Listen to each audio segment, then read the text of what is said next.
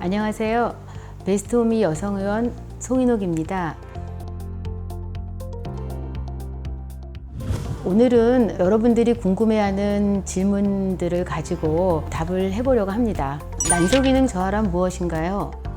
많이 받는 질문인데요. 난소기능 저하란 말 그대로 난소기능이 떨어져서 배란 유도 시 난자가 적게 나오는 것을 말합니다. 다른 말로는 난소 저반응군에 해당하기도 하죠. 여러 문헌을 종합해보면 AMH 항뮬러리안 호르몬이 1.0 이하이고 고용량의 과배란 주사를 맞아도 난자가 3개 이하로 나오는 경우를 일반적으로 난소기능 저하라고 말합니다. 그러나 40세 이상이 되면 특별한 이유 없이도 AMH가 0.1 이하로 떨어지기 때문에 결혼이 늦은 경우에는 빠른 임신을 권유하는 이유이기도 합니다. 난소기능 저하는 왜 생길까요? 난소기능 저하는 나이를 먹음에 따라 나타나는 자연스러운 현상이지만 염색체 이상이나 난소 수술, 항암 치료, 자궁내막증 수술 같은 2차적인 이유에 의해서도 올 수 있습니다. 그러나 난소기능 저하의 80% 이상은 원인을 잘 알 수도 없고 젊은 나이에서도 호르몬 검사를 통해서 우연히 발견되는 경우가 많기 때문에 나이가 젊다고 안심할 수는 없겠습니다. 그 다음으로 많이 받는 질문이 난소기능 저하인지 알아볼 수 있는 신호, 어떤 증상이 있을까요? 일반적으로 생리를 규칙적으로 잘하던 사람이 생리주기가 흔들리면 우리는 난소기능 이상을 의심해 볼 수 있습니다. 생리주기가 조금씩 짧아지거나 불규칙해진다면 항뮬러리안 호르몬, AMH 같은 호르몬 검사를 꼭 받아보실 것을 권해드립니다. AMH 결과가 만약에 많이 낮게 나온다면 결혼하신 분이라면 빠른 임신을 하도록 노력을 해야 될 것 같고요. 아직 결혼 계획이 없으시다면 난자 냉동도 고민해보면 좋을 것 같습니다.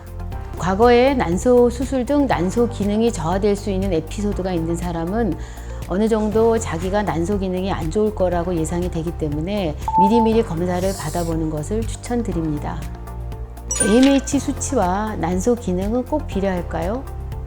좀 애매한 질문인데요. AMH 수치의 의미는 앞으로 쓸 수 있는 난자가 얼마나 남아있을까를 알 수 있는 지표이기 때문에 AMH 수치가 높으면 배란 유도 시 난자는 많이 나올 수 있습니다. 그렇지만 난자만 많이 나온다고 꼭 좋은 건 아니고요. 난자의 질이 좋지 않으면 이 또한 염려되는 부분이기 때문에 난자가 많이 나온다고 난소 기능이 좋다 이렇게 말하는 것은 조금 조심스럽습니다.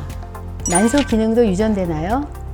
검사를 통해서 우리가 난소 기능 저하가 유전되는지를 알 수 있는 방법은 없지만 만약에 엄마가 폐경이 빨리 왔다 라고 하면 딸도 폐경이 빨리 올 수 있다고 우리는 알 수 있기 때문에 이런 분들은 유전되는 게 아닌가 우리가 생각할 수 있는 근거가 될 수 있겠습니다. 그렇다면 엄마가 폐경이 빨리 되신 분은 본인의 난소 기능에 조금 더 관심을 가지시면 좋을 것 같고요. 검사도 미리 받아보시면 더 좋겠죠. 난소 기능이 저하되면 조기 폐경의 위험이 올라갈까요? 어떻게 생각하세요? 너무 당연하지 않나요? 왜냐하면 AMH는 현재의 난소 기능이 안 좋다, 좋다를 반영하는 거기 때문에 폐경은 당연히 빨리 올 거라고 우리가 예상할 수 있습니다. 하지만 이 수치는 현재의 난소 기능을 반영하는 거지 미래를 예측하는 건 아니기 때문에 당신이 몇 살에 폐경이 올 것이오 이렇게 생각할 수는 없지만 아마도 빨리 오지 않을까 이렇게 추측할 수는 있겠습니다. 난소 기능 저하의 치료법은 무엇일까요? 이 질문은 참 대답하기 어려운데요. 안타깝게도 난소 기능을 회복시킬 수 있는 방법은 없습니다. 우리가 외래에서 성장 호르몬 주사나 DHA를 복용하면 채취된 난자 수가 증가할 수 있다 하는 논문들은 있지만 이러한 약제가 난소 기능을 회복시키는 것은 아니고요. 실제로 사용해보면 각각의 환자마다 또는 시술 주기마다 다른 반응을 보이기 때문에 선택적으로 도움을 받을 수는 있겠다 라는 정도로만 이해하면 좋을 것 같습니다. 난자가 안 자라던 사람이 갑자기 난자가 자란다 이러면 환자들은 혹시 내 난소 기능이 회복된 건 아닐까요? 라고 생각을 할 수는 있겠지만 그거보다는 보통 난소 기능이 안 좋은 사람도 이게 난소 주기가 이게 좀 왔다리 갔다리 할 수 있기 때문에 그런 거에 의해서 어떤 달은 좋고 어떤 달은 안 좋고 이렇게 하는 거지 그 근본적으로 그 사람의 난소 기능이 좋아졌다 이렇게 이해하기는 조금 어려울 것 같습니다. 난소 기능이 저하가 됐다 하더라도 임신을 할 수 있으니 너무 걱정은 안 하셔도 될 것 같습니다. 난소 기능 저하를 막을 수는 없을까요? 이 질문에 대한 답은 안타깝게도 흘러가는 시간을 잡을 수 없듯이 난소 기능 저하를 막을 수 있는 방법은 없습니다. 하지만 다행스럽게도 대부분은 어느 순간 갑자기 난소 기능이 나빠지는 건 아니고 서서히 진행되기 때문에 미리 검사를 받고 남은 시간을 효과적으로 본인의 상황에 맞게 쓴다면 임신을 할 수 있으니 너무 걱정은 안 하시는 게 좋을 것 같네요. 난소 기능을 좋게 하는 생활 습관이 있을까요? 어떻게 생각하세요? 일반적으로 환자분들이 뭘 먹으면 좋을까요? 난소 기능에 뭐가 좋을까요? 이런 질문들을 많이 하시는데요. 엽산 또는 비타민 D, 혈액순환제, 항산화제 같은 영양제를 복용하면 난자의 질이 개선된다. 이런 논문들도 있고요.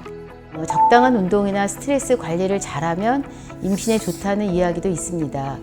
이런 것들이 꼭 난소 기능을 좋게 한다기보다는 임신을 위해서 건강한 생활 습관을 가지면 여러모로 좋을 것 같고요. 그런 노력들을 통해서 우리는 또 임신을 잘 하신 분들을 경험하게 되니까 너무 걱정하지 말고 편하게 잘 지내면 여러모로 좋은 결과를 얻을 수 있을 거라고 생각합니다. 난소 기능 저하가 심하면 자연 임신이 어려울까요? 자연 임신이 불가능한 건 절대 아닙니다. 배란도 잘 되고 나팔관도 정상이고 신랑의 정자 상태도 정상이면 자연 임신은 시도해 볼 수 있습니다. 그렇지만 자연 임신만을 고집하다가 아까운 시간을 흘려버린다면 안 되겠죠. 결혼 기간이나 본인의 나이를 고려해서 빠른 임신을 한다면 더 좋은 결과를 얻을 수 있을 거라고 저는 생각합니다. 난임 클리닉에서 먹는 약이나 주사제를 통해서 배란 유도를 해서 여러 개의 난자를 키운다면 임신의 확률은 올라갈 수 있고요. 또 만약에 임신이 잘 안 된다 그러면 무조건 나는 시술은 싫다 이거보다는 인공수정이나 시험관하기 시술 같은 시술을 통해서 시간을 절약한다면 더 좋은 결과를 얻을 수 있다고 생각합니다. 전문가와 상의해서 최적의 방법을 선택하면 시간도 절약할 수 있고 좋은 결과도 얻을 수 있을 거라고 저는 생각합니다. 난소에 혹이 있거나 수술을 한 경우 난소 기능 저하의 위험률이 올라갈 수 있을까요? 난소 기능이 저하될 가능성이 높습니다. 수술을 받으면 그만큼 난소 볼륨이 줄어들어서 난자의 숫자가 줄어들기 때문에 남아있는 개수는 당연히 줄어들겠죠. 이제 그러면 우리가 말하는 AMH 수치는 낮아질 것이고 그렇게 되면 난소 기능은 우리가 저하됐다 이렇게 얘기할 수 있습니다. 그렇지만 여기서 꼭 기억해야 될 것은 난소 수술할 당시에 본인의 나이하고 또 난소 혹의 크기에 따라서 난소 기능이 저하되는 그 편차가 있을 수 있다는 것입니다. 예로서 35세 환자가 8cm짜리 혹을 수술한 경우하고 30세 환자가 5cm짜리 난소 혹을 수술했다고 가정을 한다면 당연히 혹이 크고 나이가 좀 더 많은 35세 이상의 환자가 난소 기능이 더 저하될 거라는 거는 우리가 상식적으로 이해할 수 있겠죠. 그렇기 때문에 만약에 자기가 수술했는데 혹의 사이즈가 많이 크다. 또 내가 나이가 좀 있는데 혹을 수술해야 되는 경우다 라고 생각한다면 수술을 하기 전에 나의 난소 기능에 대해서 한 번쯤 생각을 해보고 난임의사와 한 번쯤 상담을 받은 후에 어떤 프로세싱으로 수술을 하고 임신을 할 건지를 미리 상의하는 것이 좋을 것 같다고 생각합니다. 난자 채취할 때 난자 개수가 많은데 나는 난자 질이 항상 안 좋아요. 이런 경우 난소 기능 저하로 볼 수 있을까요? 그렇진 않고요. 이런 문제는 다낭성 난소 증후군 환자한테 자주 볼 수 있는데 이런 사람을 난소 기능 저하로 볼 수는 없습니다. 난소 기능 저하의 정의를 보면 AMH가 1.0 이하고 난자 개수가 3개 이하를 나오는 경우를 말하는데 다낭성 난소 증후군 환자들은 난자가 많이 나오거든요. 물론 난자가 많이 나온다고 꼭 좋은 건 아니지만 그렇다고 이런 사람들을 난소 기능 저하로 볼 수는 없다는 얘기로 이해하시면 될 것 같습니다.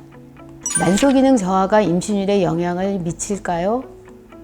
당연히 미칩니다. 우리가 자임신에서 어떤 영향을 미치는지를 우리가 원인을 분석하기는 어려우니까 시험관 시술을 예를 들어서 어떤 영향을 미치는지 한번 알아볼게요.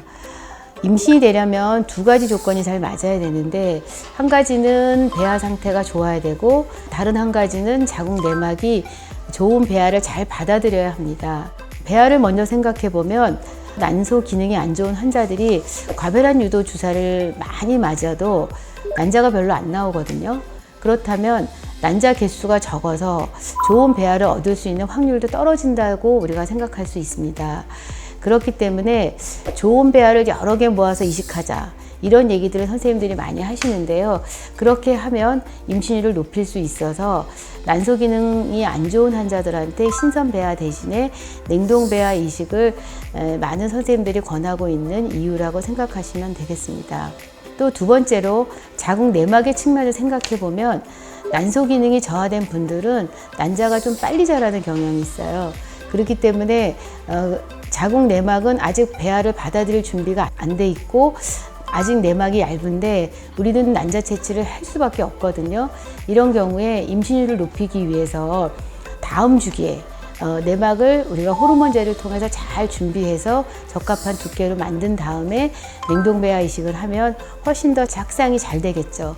그래서 결론적으로 난소 기능이 안 좋은 사람들을 우리가 임신율을 향상시키려면 여러 가지 이유로 신선 배아 이식보다는 냉동 배아 이식을 권하는 이유가 이렇다고 생각하시면 될 것 같습니다. 그러면 난소 기능이 안 좋은 사람들은 꼭 냉동 주기만 해야 되나요? 꼭 그런 건 아니고, 만약에 배아도 좋고 자궁 내막도 좋고 그러면 우리가 바로 신선 이식을 해볼 수도 있는 거니까 경우에 따라서는 신선 이식 할 수도 있고 경우에 따라서는 냉동 배아 이식을 할 수도 있으니까 주치 선생님하고 잘 상의해서 임신을 잘 할 수 있는 방향으로 결정을 하면 좋을 것 같습니다. 난소 기능이 저하된 20대, 난소 기능이 좋은 40대, 어느 쪽이 임신율이 더 높을까요? 정답은 난소 기능이 좋은 40대보다는 난소 기능이 좀 떨어진 20대가 저는 더 임신이 잘 될 것 같아요. 왜 그러냐면 똑같이 두 분이 만약에 AMH가 1.0이다 라고 한다면 나오는 난자 개수는 비슷할 것 같잖아요. 그러면 여기서 난자질이 더 중요합니다. 난자의 질은 나이하고 비례하거든요. 그러니까 우리가 일반적으로 AMH 수치가 낮으면 난자가 적게 나오지만 똑같은 20대의 AMH 1.0, 30대의 AMH 1.0, 40대의 AMH 1.0이라고 하면 20대에서 임신이 훨씬 더 잘 되는 거는 난자의 질이 더 좋기 때문입니다. 그래서 여기서 우리가 생각해야 될 거는 내가 아무리 AMH가 낮다고 하더라도 나이가 젊다면 성공률이 높을 수 있으니 너무 걱정하지 마시고 빨리 병원에 오신다면 꼭 충분히 임신할 수 있을 거라고 저는 생각합니다. 실제로 그런 경험도 많이 갖고 있고요. 난소 기능이 떨어졌다고 걱정하시는 환자분들한테 드리고 싶은 말씀은 걱정만 하지 말고 저는 빨리 병원에 오시는 걸 추천드립니다. 왜냐하면 난소 기능은 서서히 떨어지지만 제가 외래에서 경험을 해보면 어떤 사람은 좀 빨리 떨어지고 어떤 사람은 천천히 떨어지고 개인적인 차이가 있어요. 그렇기 때문에 자기가 어떤 그룹에 속하는지 알 수가 없거든요. 그렇기 때문에 병원에 빨리 오셔서 검사를 하고 안 좋을 것 같으면 뭐든지 빨리빨리 한다면 저는 충분히 임신할 수 있고 남은 시간들을 조금 더 즐겁게 보낼 수 있지 않을까 저는 생각합니다. 자기가 난소 기능이 떨어졌다고 너무 실망할 것도 없고 너무 걱정할 것도 없고 빨리 오시면 제가 잘 도와드리겠습니다. 감사합니다.